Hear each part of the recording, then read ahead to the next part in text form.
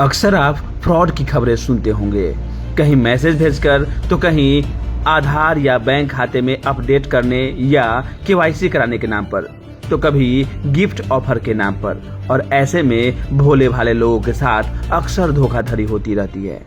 ऐसे में वैशाली जिले के पातेपुर से भी फ्रॉड का बड़ा मामला सामने आया है।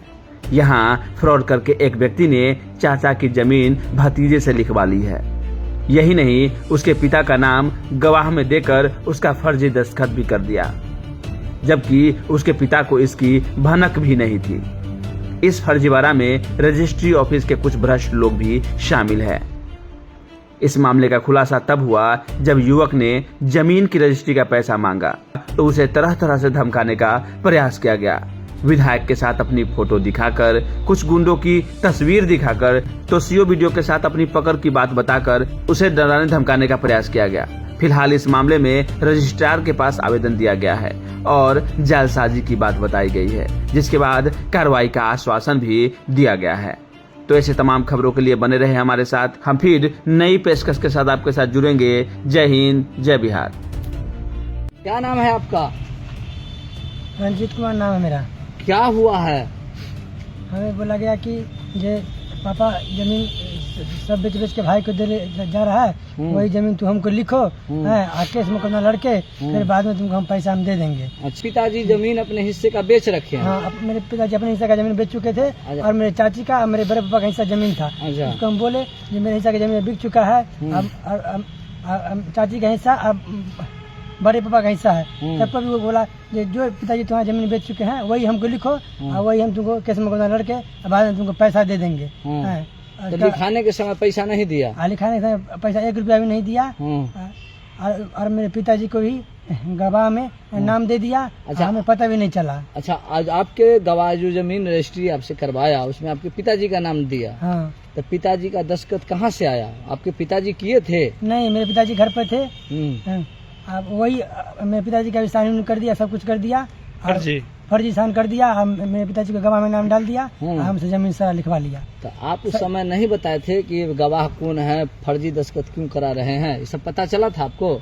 नहीं पता चला था, बाद में मालूम चला। बाद में मालूम चला। कितना जमीन लिखाया है और किसके? 17 कट्ठा 7 धूर जमीन लिखवा लिया। कितना? 15 कट्ठा 7 धूर? 17 कट्ठा 7 धूर। 17 कट्ठा 7 धूर।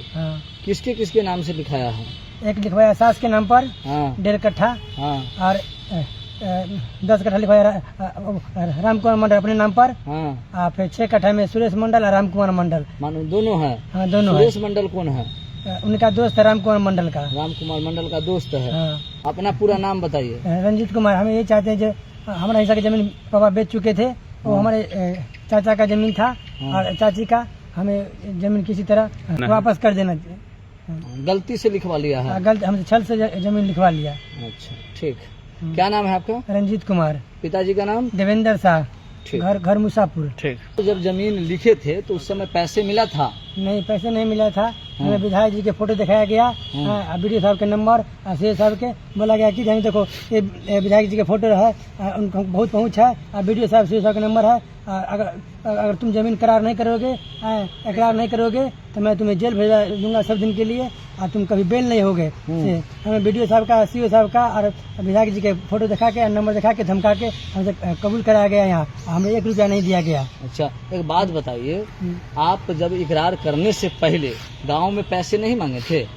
गांव में पैसे मांगे तो बोला चलो वहाँ रजिस्ट्री कर देंगे तब तुमको पैसे देंगे। और जब यहाँ आए तो बोला कि धमकाया, फोटो दिखा के, बीडीओ साहब का, सीओ साहब का नंबर दिखा के और कुछ बदमाश के नंबर दिखा के बोला देखो सबका नंबर रखनी, फ़ोन कर देंगे तो तुमको यहाँ से जेल भेजा देंगे, नहीं तो तुमको लापता कर देंगे, यहाँ से तुमको कहाँ गायब कर देंगे जब पता नहीं चलेगा तुमको।